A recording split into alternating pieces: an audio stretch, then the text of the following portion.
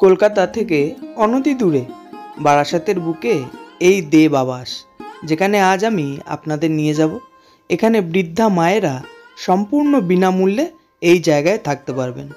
পুরো জায়গাটাই ঘুরিয়ে দেখাবো এবং এখানে থাকতে হলে কি কি নিয়মকানুন আছে সবই তথ্য দেব এই ভিডিওর মাধ্যমেই।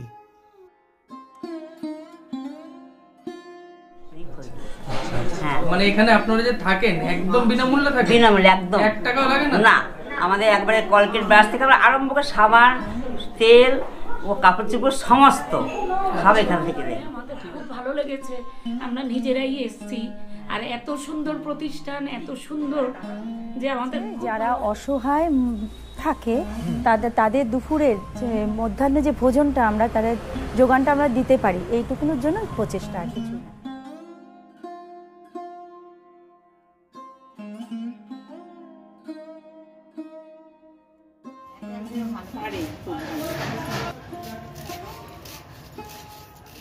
নমস্কার বন্ধু, কলকাতার খুবই কাছে একদম শান্ত স্নিগ্ধ পরিবেশে মায়েদের জন্য একদম বিনামূল্যে বৃদ্ধাশ্রমের খোঁজ নিয়ে আমি আজ চলে এসেছি।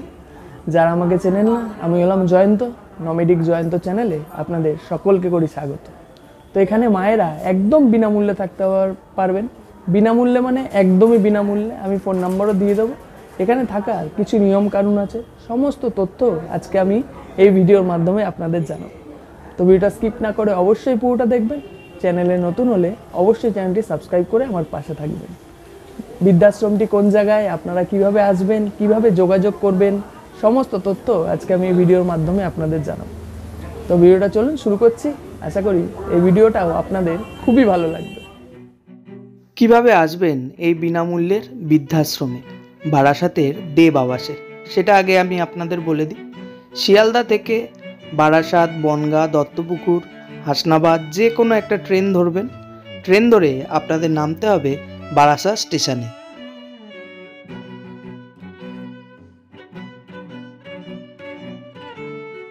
বারাসাত স্টেশনে নেমে সেখান থেকে ওভারব্রিজ ধরে 5 নম্বরের দিক থেকে আপনাদের বেরোতে হবে।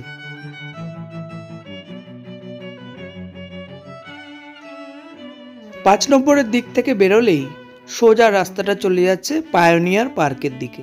পায়ে হেঁটে যাবেন, আপনাদের অটো বা টোটো নেওয়ার দরকার নেই। পায়ে হেঁটে 3 থেকে 4 মিনিট লাগবে এই দেব আবাসে পৌঁছাতে। এটাই হলো পায়োনিয়ার পার্ক। এই যে পাশে পুকুর, তার পাশে একটা মাঠও আছে, দেখতে পাবেন।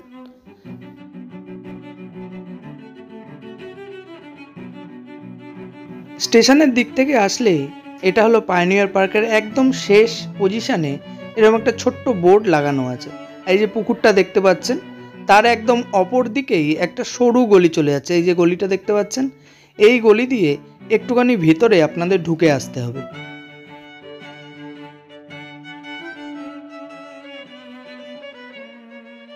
এই গলি ধরেই 1 মিনিট ভিতরে ঢুকে গেলেই ডান হাতে আপনাদের পড়বে দেব আবাস। সেখানেই আজ আমি আপনাদের নিয়ে যাব। এই যে একদম দেব আবাসের সামনে চলে এসেছি। এটা হলো মঙ্গলম ফাউন্ডেশনের একটি সংস্থা। দেব আবাসের বিভিন্ন নিয়মকানুনও দেব আবাসের দেওয়ালের গায়ে লাগানো আছে। বাইরে থেকে আপনারা এটা দেখতে পাবেন। বিভিন্ন যেসব স্বাস্থ্য পরীক্ষা, চক্ষু পরীক্ষা, ছানি অপারেশন, সুনিশ্চিত রোজ ভাত, বিভিন্ন প্রকল্প কিন্তু এই দেব আবাসে চলে। এবার ভিতরে যাব এবং পুরো জায়গাটা ঘুরিয়ে আপনাদের দেখাবো। এছাড়াও এখানে যদি বৃদ্ধ মায়েরা, অসহায় বৃদ্ধ মায়েরা থাকতে চান, তার জন্য কী ক্রাইটেরিয়া আছে, তাছাড়া পয়সা দিয়ে এখানে কি থাকা যাবে, সেরম যেসব তথ্য আপনারা জানতে চান, সেই সব তথ্যই আজ আমি আপনাদের এই ভিডিওর মাধ্যমে দেব। দেখবেন একটা নন প্রফিট অর্গানাইজেশন এবং ভিডিওটাও আমরা সেই উদ্দেশ্যেই আপনাদের জন্য বানাচ্ছি। এবার আমরা ভেতরে ঢুকে যাব এই দেব আবাসে। ঢুকেই বাঁদিকে জুতো রাখার জায়গা আছে। আপনার পরনের জুতোটা এখানে রেখে দিতে হবে, আর এখান থেকে একটা জুতো পরে আপনাদের দেব আবাসের ভিতরে প্রবেশ করতে হবে।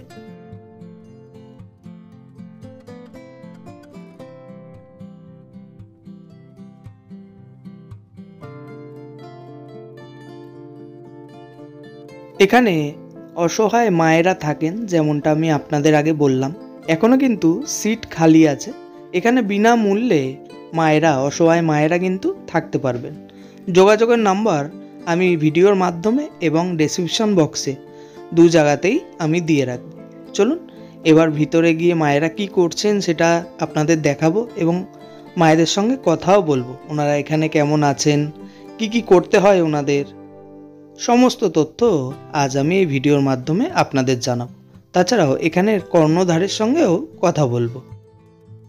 এখানে ওনারা একটা পরিবারের মতন থাকেন। দুপুরের রান্নার জোগাড় হচ্ছে, এখানে দেখতে পাচ্ছেন মায়েরাই সব নিজের হাতে করছে। পুরো দেব আবাসটা তো আমি ঘোরাবো এই ভিডিওর মাধ্যমে, দেখতে থাকুন, দেখবেন ভিডিওটা আপনাদের মন ছুঁয়ে যাবে।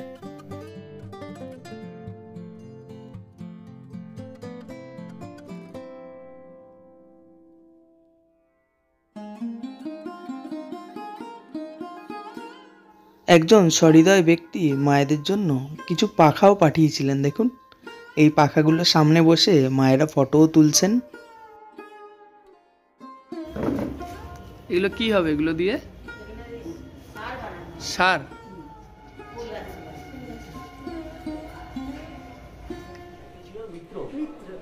রীনা মিত্র, আমাদের এটা 10ই ডিসেম্বর 2023 এটা শুভ সূচনা হয়।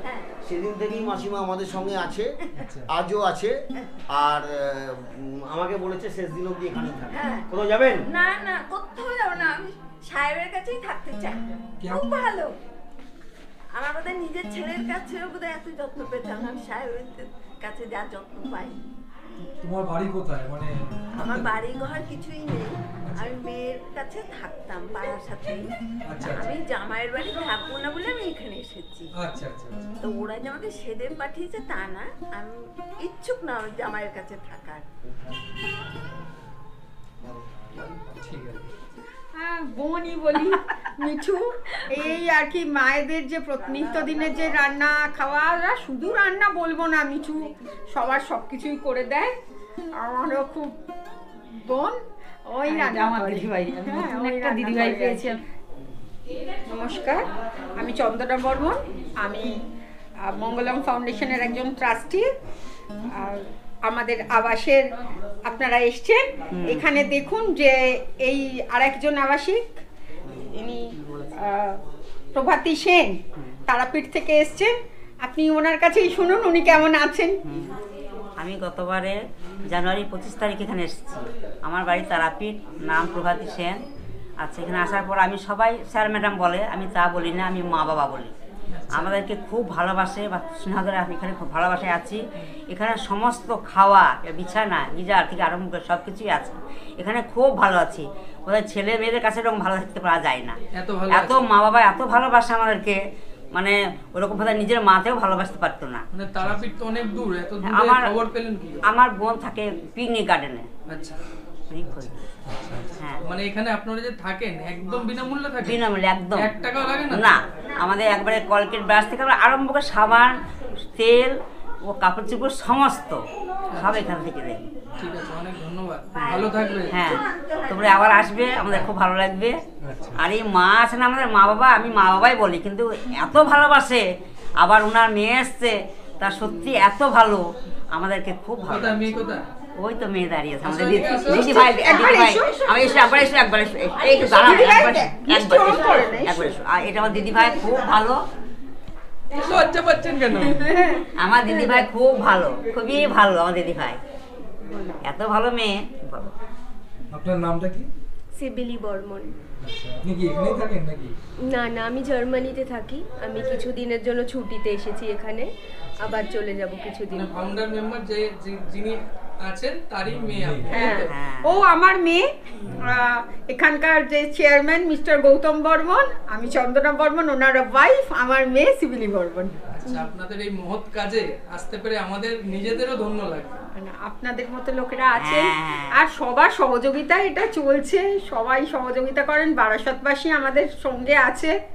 মানে আমরা ভাবিনি যে আমি বারাসাতে 10ই ডিসেম্বর মানে 2023-এ প্রথম দিন বারাসাতে পা রাখি, কিন্তু ভাবিনি যে বারাসাত এইভাবে আমাদের সঙ্গে এত সাথ দেবে। এটা আমাদের একটা ভীষণ প্রভু জগন্নাথের কৃপায় আমরা এটা পেয়েছি যে বারাসাতবাসী আমাদের সঙ্গে আছেন, ওনারা আছেন, সবার সহযোগিতায় আমাদের এটা আশা করি চলবে ভালোভাবেই। আমাদের দিন ভালোই কাটে, প্রতিদিন আনন্দ, হাসি খুশি। এই এখন নাতনি এসছে, আমার দিদিভাইকে নিয়েও খুব আনন্দ করছি আমরা। আমাদের এখানে যে জগন্নাথের উপরে দেখলেন আপনার মহাপ্রভু, তো তার যে সেবা করা, মানে যে কাজগুলো করতে হয়, প্রত্যেকটা ফুল গোছানো, তুলসীর মালা করা, সবকিছু কিন্তু এই মাসিমা ওই পুজোর দিকটা দেখে। তার বাবা আসেন, বাবা সাজায়। আর এইদিকে ঘোরান এই মাসিমা আবার প্রত্যেককে খেতে দেওয়া, মানে আমাদের এখানে আসলে আপনারা আজকে অন্যরা খেতে দিয়েছে হয়তো, কিন্তু আমাদের মায়েদের বাড়ি যেহেতু আমরা মনে করি এটা ওনাদেরই বাড়ি, তো আমি বা আমার মেয়ে আমাদের সকলকেও এই মাসিমা আর এই মাসিমা দুজনে মিলে কিন্তু খেতে দেন। আমাদের এখানে আসলে এটাই একটা পাওয়া যে এখানে মারাই আপনাদের সার্ভ করবেন, ওনারাই খেতে দেন, সবটাই ওনারা মানে এখানে ওনারা আর একটা ওদেরই সংসার, এটা ওনাদের নিজেদের সংসার, নিজেদের বাড়ি। আপনারা খুশি আছেন তো এখানে? বাইরের কারোর সঙ্গে আমরা না থাকলে কি কথা বলতে হবে না হবে সবটাই এই অনুমাসী উনি সমস্তটা দেখেন। আমার নাম অমিতা কুণ্ডু। এখানে এসে আমি আগরপাড়া থেকে এসেছি। এখানে এসে একটা নতুন নাম পেয়েছি, সেটা আমাকে সবাই বুলু মাসি, বুলু দিদি এরকম হলে ডাকে। মানে এই বয়সে একটা নতুন নাম পাওয়া ভীষণ আনন্দ। আর আমি মনে করি যে এইরকম একটা পরিবেশ যে আমি পেয়েছি, আমার কাছে এটা ভীষণ ভীষণ আনন্দের ব্যাপার। আমি এই খবরটা পেয়েছি আমার দিদি হয়, দিদি এসেছে, দিদির মারফতে এই জায়গাটা আমি পেয়েছি। আর এটা পেয়েছি আমি নিজেকে নিজে ধন্য মনে করছি, কেননা এইরকম একটা পরিবেশ, সবাই মানে একসঙ্গে সব মায়েরা খাওয়া দাওয়া, হাসি গল্প। আর আমি একটু বেশি কথা বলতে ভালোবাসি, বেশি মজা করতে ভালোবাসি, হ্যাঁ, সেই জন্য হয়তো আমাকে আরও সবাই বেশি ভালোবাসে। যাই হোক, এবার আরও বেশি ভালো লাগবে। আর আমি আপনাদেরকে রিকোয়েস্ট করছি যে এই বছরে মানে নতুন বছরে আবার যে দুর্গাপুজো হবে আপনারা আসবেন আমাদের বাড়ি, দেখবেন। সেটাও আমাদের মায়েদের বাড়ির দ্বিতীয় বছরের দুর্গাপুজো হবে, খুব ভালো লাগবে। আশা করি আপনাদের খুব ভালো লাগবে। আপনারা আবার সময় পেলেই আমাদের এখানে ঘুরে যাবেন। Pioneer park Barasat. জয়া পোদ্দার, হ্যাঁ, ম্যানেজমেন্ট কমিটির মেম্বার। আর মানে আমি এখান থেকে যাতায়াত করতে গিয়ে দেখেছি অনেকবার, তখন মাত্র অতটা বুঝতে পারিনি। তো আমারই এক পরিচিত উনি এখানে আসেন, তো তখন সে আমাকে জানাতে আমি এসেছি এখানে। আসার পর তো একবার আসার পর আর মানে তখন আপনার আর মনে হবে না যে এটা আমার বাড়ি না, এটা তখন তারপর থেকে এটা আমার নিজের বাড়ির মতো হয়ে গেছে।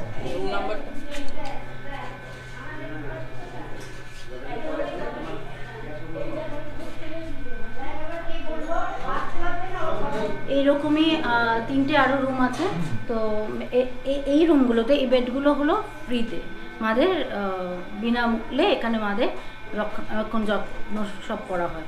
এখানে এরকম বেড আছে, তাদের সব আলিশ, তাদের যা টয়লেট্রিজ যা লাগে একটা মানুষের, তেল, সাবান, পেস্ট, ব্রাশ সব দেওয়া হয়, যা সব দিয়ে এটা নন বেড। একটা বেডে একজনই? একটা বেডে একজন। আচ্ছা আচ্ছা, মানে এই ঘরে 4 জন থাকার ব্যবস্থা আছে? 4 জন থাকার ব্যবস্থা আছে।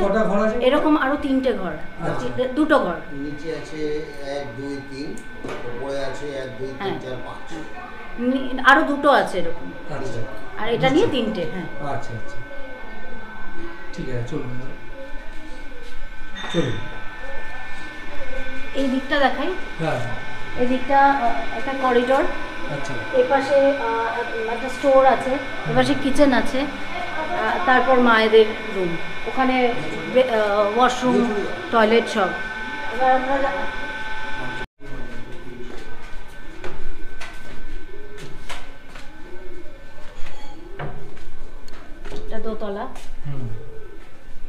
দোতলায় এসে প্রথম আপনাদের নিয়ে আসি আমাদের জগন্নাথের ঘরে। ওনার আশ্রয়ে সব রয়েছে।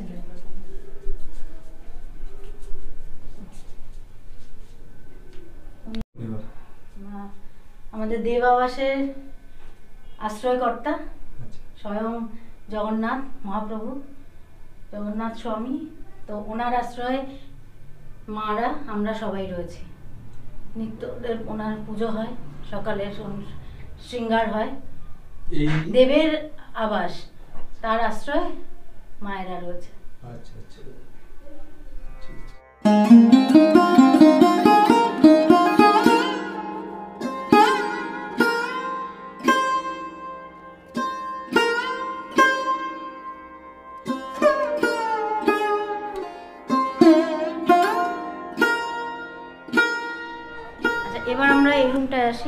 এই রুমে এই রুমটা হলো গেস্ট কাম লাইব্রেরি রুম। তো এই ফার্স্ট মানে ফ্লোরটা এখানে যারা থাকবেন তারা হলো অ্যাকোমোডেশন এগেনস্ট অ্যাডপশন। মানে কোনো সচ্ছল পরিবারের কেউ যদি এখানে কোনো মাকে অ্যাডপ্ট করলে সেই মা অ্যাডপশনের যে অ্যামাউন্টটা থাকবে সেই ইয়েতে আপনি এখানে থাকতে পারবেন। আর এবার তার সাথে যদি দেখা করতে ওনার সাথে কেউ আসেন বা ওনার কোনো গেস্ট, উনি এই রুমটায় থাকতে পারবেন। আসুন। আপনারা যদি কোনো সচ্ছল পরিবার থেকে হন তাও আপনারা এখানে পয়সা দিয়েও থাকতে পারবেন। তো অ্যাকোমোডেশন এগেনস্ট অ্যাডপশনে আপনাদের তখন যেতে হবে। এখানে যে অসহায় মায়েরা থাকেন তাদের মধ্যে একজনকে আপনাদের অ্যাডাপ্ট করতে হবে, তার জন্য কিছু অ্যামাউন্ট আপনাদের এখানে পে করতে হবে। তার ফলে আপনাদের অ্যাকোমোডেশনটা ফ্রি হয়ে যাবে। অ্যাকোমোডেশন এগেনস্ট অ্যাডপশনে আপনারা এইভাবে পয়সা দিয়েও এখানে আপনারা থাকতে পারবেন, যার ফলে আপনাদের থাকা খাওয়াটা একদম ফ্রি হয়ে যাবে। তখন আপনারা ফার্স্ট ফ্লোরের এই রকম রুম পাবেন। আসুন, আমার ব্যালকনি, এটা করিডোর, লং প্যাসেজ, মানে বসার ব্যবস্থা আছে। মায়েরা এখানে বসে বিশ্রাম নিতে পারেন সন্ধ্যাবেলা। এটি আরেকটি রুম।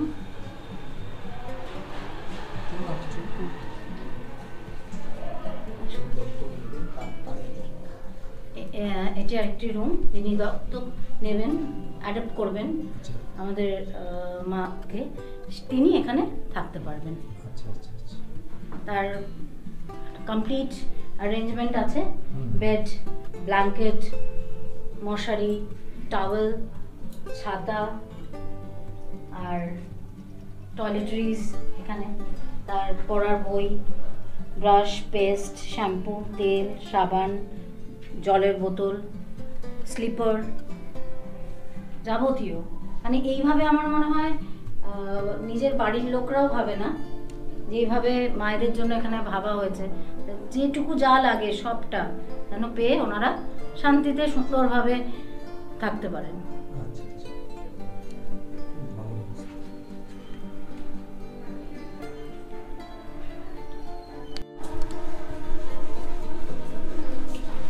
এটি আরেকটি রুম।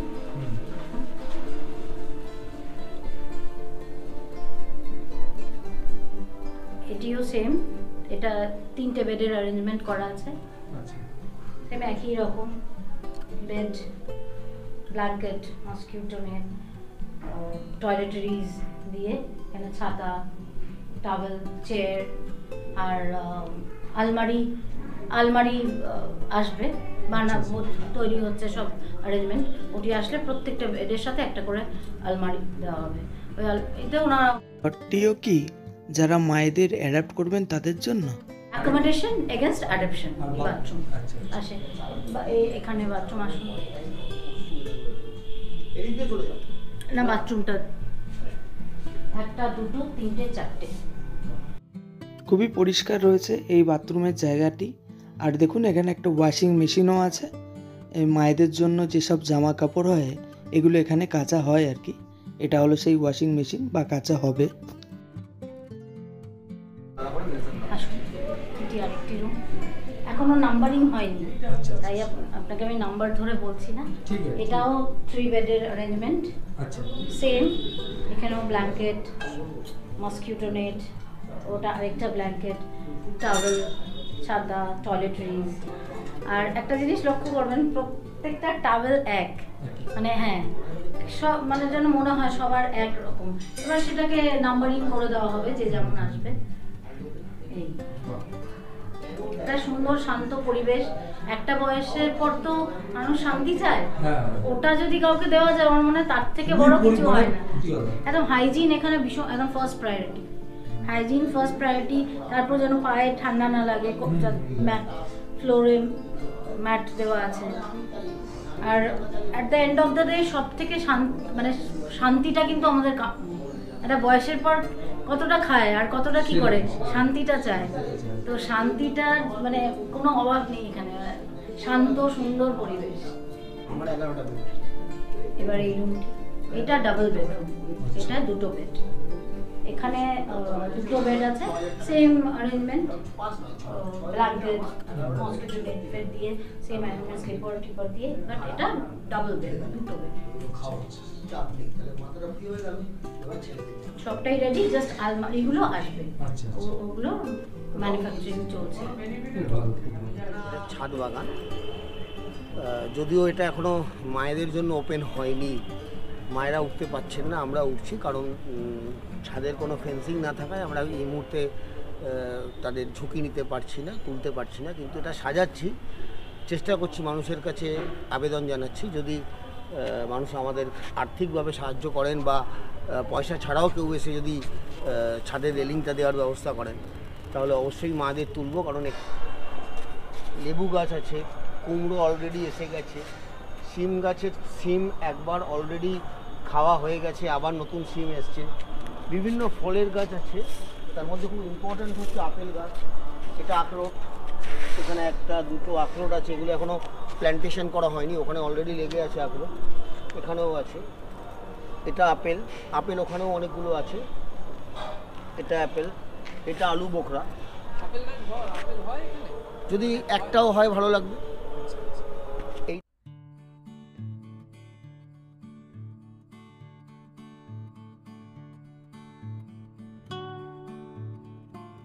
দেব আবাসের 1 বছর পূর্তি উপলক্ষে 10ই ডিসেম্বর 2024 সাল থেকে শুরু হয়েছে এই উদ্যোগটা, যে প্রত্যেক দিন 25 জন বৃদ্ধ মায়েকে এখানে দুপুরের খাবার খাওয়ানো হবে।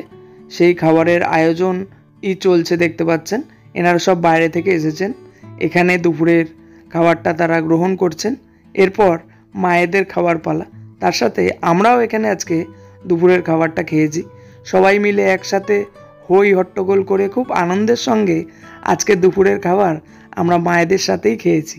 চলুন আপনাদের দেখাচ্ছি।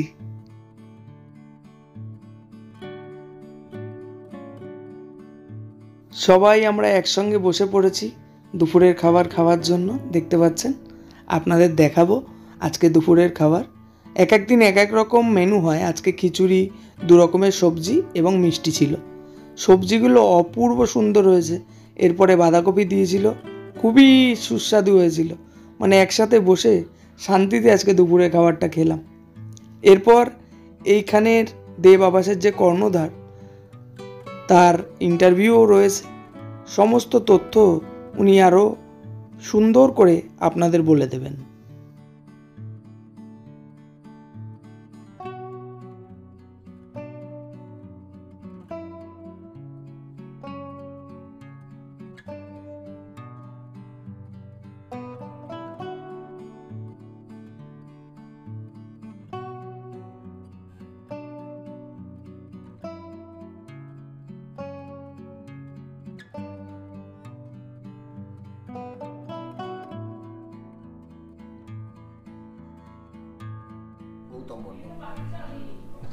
আমি এই ফাউন্ডেশনের ফাউন্ডার চেয়ারম্যান।